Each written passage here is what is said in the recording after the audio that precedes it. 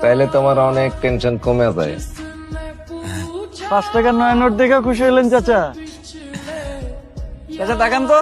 বাজান বাজান, আরে আপনি কি না, না, না। জানতাম আছেন? আচ্ছা তুলো না তুলো না ছবি, তুমি কি ছবি তুলছো দেখি তো বাজান। না না, ছবি না, একটা ছোট্ট ভিডিও যাচ্ছে। এটা মুছা দাও, আমার ভালো লাগে না বাজান। আচ্ছা ডিলিট করে দিবুন।